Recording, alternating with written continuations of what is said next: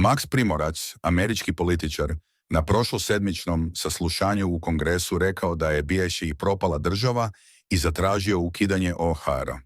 Hrvati trpe grubu diskriminaciju od strane brojnije muslimanske zajednice i uskraćeno im je pravo da biraju svoje vlastite predstavnike. Samo treći entitet u većinskim hrvatskim područjima može spasiti tu progonjenu kršćansku zajednicu. Max Primorac Bošnjake ne naziva njihovim imenom, nego isključivo muslimanima. Amerikanac srpskog porijekla Rod Blagojević nema ama baš nikakav ugled u SAD, jer je običan presuđeni kriminalac, kojeg je američki predsjednik Donald Trump dekretom izvukao iz zatvora. Gotovo je nebitno ono što on govori. Max Primorac ima poziciju i uticaj. Tu je i Željana Zovko, HDZ-ova članica Europskog parlamenta, u kojem se pokazuje kao posljednji borac protiv Osmanlija, pa joj je i retorika srednjevjekovna. I nakon ovih izjava nema adekvatnog političkog odgovora na ove laži. Trojka istupa nerazumno oprezno, pa bi bolje bilo da nikako ne reagira. Zato se javnost ubikovo buni i uzvraća udarce. Nakon Primorca i Zovko ljudi u Bjeloš i dijaspori se ujedinjuju u stavu protiv ovih HDZ-ovih laži. Tuđman je 90-ih u nekoliko navrata rekao da je Hrvatska štit i predziđe kršćanstva. Tu je izjavu dao usred rata sa Srbima, pravoslavnim kršćanima, koji su mu osvojili trećinu države. Ali, nakon Karađorđeva i dogovora sa Miloševićem, Tuđman je to izgovarao računajući da takozvano veliku Hrvatsku može ostvariti samo sa uništenjem Bošnjaka, muslimana kojih je 2 miliona. To je na kraju bezuspješno pokušao uraditi zločinima i etničkim čišćenjem. Plenkovićeva vlada danas Trumpovu administraciju smatra, blago rečeno, neinformiranom, pa Washingtonu servira brutalne laži, pokušavajući dobiti ono što pred Međunarodnim sudom presuđenom agresijom Hrvatske na Bosnu i Hercegovinu nije uspjela zgrabiti ratom.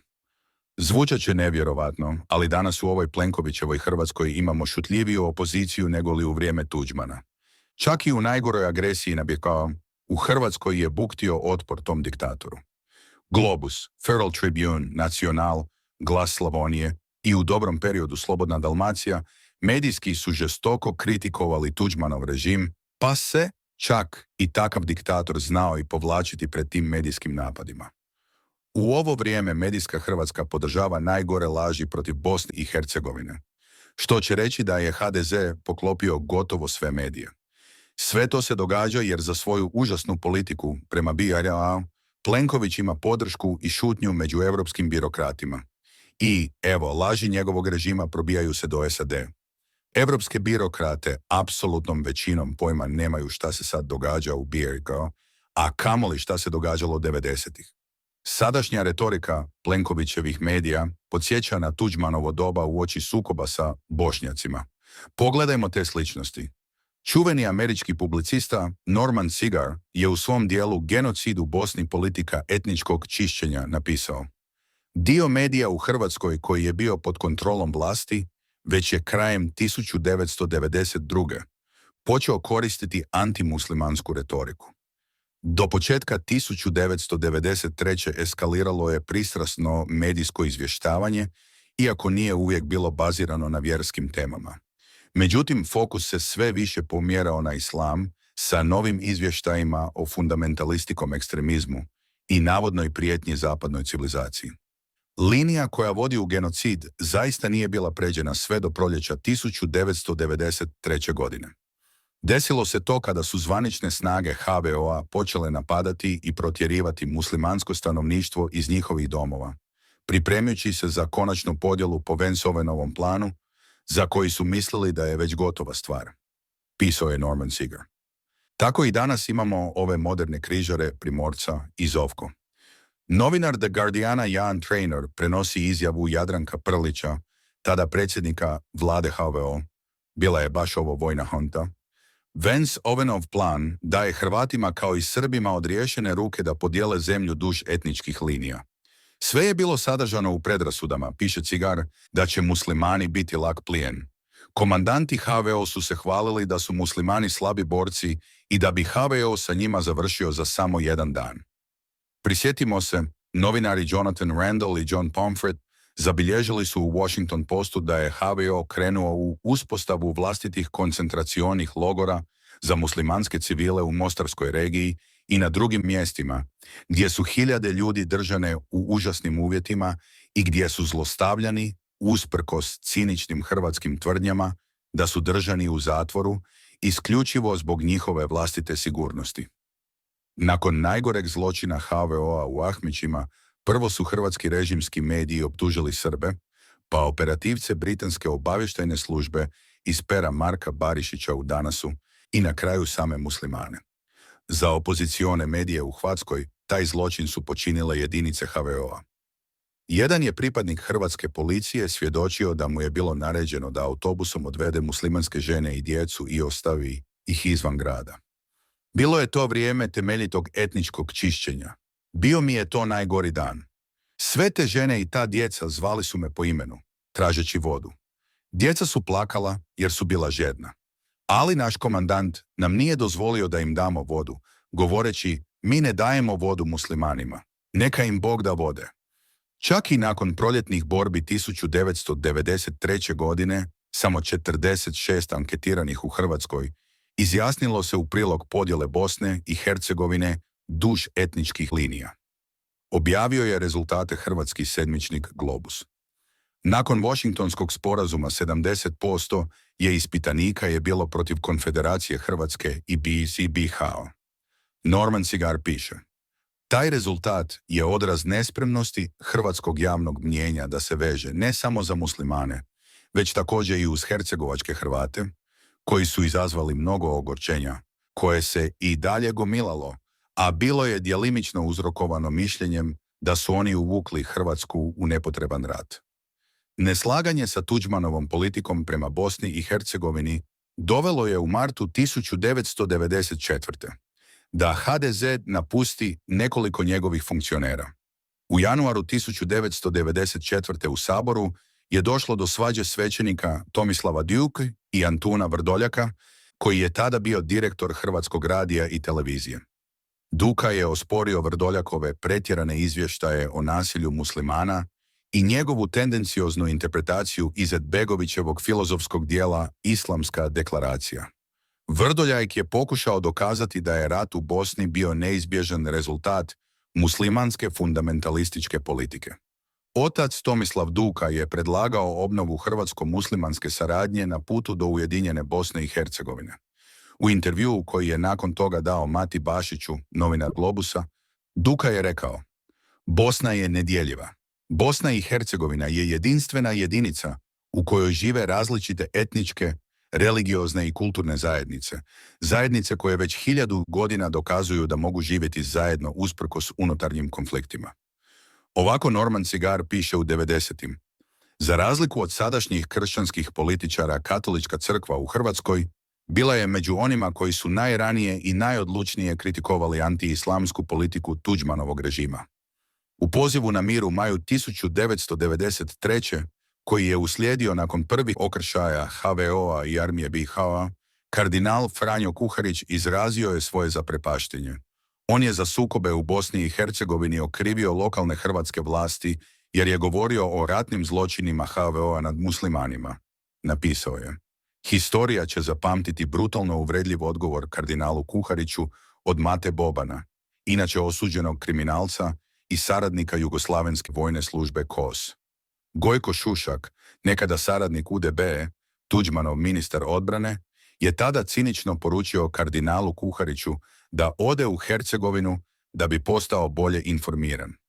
Da je tamo i otišao, kardinal je mogao naći konclogore u koje su bacani Bošnjaci muslimani od Dretelja do Heliodroma, a usput bi sretao kolone protjeranih Bošnjaka koji su pod budnom paskom Tuđmanove vlasti iz zapadne Hercegovine iseljavani u zemlje zapada. Opozicionar Dražen Budiša kritikovao je žestoko politiku Tuđmana i Bobana. Muslimani bi mogli postati naši najveći neprijatelji, ali samo našom greškom. Rekao je i predložio pružanje ruke pomirenja muslimanima. Globus je u augustu 1993. napravio analizu bijedne propagande HVO-a, njegove anti-islamske politike i negativnog i pogubnog utjecaja na politiku Hrvatske prema Bosni i Hercegovini. Fra Petar Anđelović, provincijal Bosne Srebrene, pratio je u ljeto 1993. Aliju Izetbegovića za vrijeme njegove diplomatske misije u Vatikanu. Tražili su podršku za Bosnu i Hercegovinu, a fra Petar Anđelović je govorio protiv koncentracionih logora kojima su upravljali Hrvati. Upitan da li je posjetio neke od njih, sarkastično je odgovorio: "Posjeta logorima je privilegija povlaštenih. Ja sam to htio, ali mi nisu omogućili." Prema svjedočenjima očevidaca, takvi logori postoje i tamo se događaju ružne stvari, rekao je fra Anđelović u intervju za Posavski glasnik u septembru 1993. godine. On je u istom intervjuu kritikovao medije u Hrvatskoj zbog laži. Lažne informacije slabo pomažu u propagandnom ratu. Istina kasnije triumfuje, ali šteta od tih lažnih informacija postaje čak i veća. Zatim je ustvrdio ono što je bilo vidljivo i golim okom. Oni, armija BiH-a, nisu rušili vjerske objekte, za razliku od sprskih i hrvatskih jedinica. Užasne slike izgladnjelih Bošnjaka logoraša u hrvatskim koncentracionim logorima u zapadnoj Hercegovini obišle su i zgrozile svijet. Tuđman je tada doživio da ga osuđuju i izbjegavaju evropski lideri. U novembru 1993. je srušen stari most u Mostaru, svjetski vrijedan spomenik po kojem je grad dobio ime. Banjalučki biskup Komarica javno se susreo sa predstavnicima muslimanske zajednice u gradu da bi im iskazao solidarnost nakon rušenja dvije najstarije džamije. Arnaudije i Ferhadije zabilježio je britanski novinar Jonathan Randall. Nakon sklapanja mira propaganda je jenčavala, ali su režimski hrvatski mediji nastavili tretirati Herceg Bosnu kao legitimno tijelo, što je bilo suprotno sporazumu u Washingtonu. Ekstremisti iz Hiroa krajem aprila 1994. minirali su i srušili džamiju u Livnu. Bijela kuća je bila šokirana ovim užasnim udarom na Vašingtonski sporazum koji su oni postigli. Novinar Davor Butković u Globusu je zabilježio: "Štaviše, u julu 1994. godine okorjeli antimusliman Dario Kordić izabran je za vođu HDZ-a za Bosnu i Hercegovinu, usprkos jakim indikacijama da je bio odgovoran za ratne zločine u centralnoj Bosni. Izabran je uz odlučnu podršku Tuđmana. Bijela kuća je još jednom bila šokirana i ovim izborom. Da se podsjetimo, dočeka ovog zločinca od najvišeg vrha HDZ-a na čelu sa Čovićem, nakon izdržane kazne presudom Međunarodnog suda u Hagu. Ni po čemu se to nije razlikovalo od Kordićevog izbora za lidera HDZ-a. David B. Ottaway u Washington Postu piše: "U januaru 1994. Tuđman je ubacivao nove hiljade vojnika HV-a do kraja januara 1994.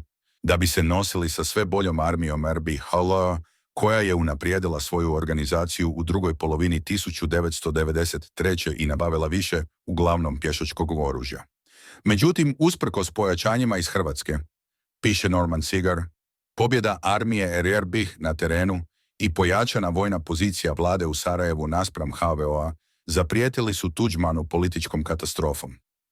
U Međunarodnom sudu u Hagu osuđeni su posthumno Tuđman, Šušak i Bobetko za udruženi zločinački poduhvat, kao i HDZ BiH. Presuđena je takozvani šestorka na 111 godina zatvora za velikodržavne zločine počinjene nad svojim susjedima Bošnjacima. U Tuđmanovo vrijeme se o tim zločinima i presudama pred međunarodnim pravosuđem pisalo. U ovo Plenkovićevo vrijeme se uporno šuti o brojnim najgorim zločinima nad Bošnjacima, a izgovaraju se sve brutalnije laži protiv Bosne i Hercegovine.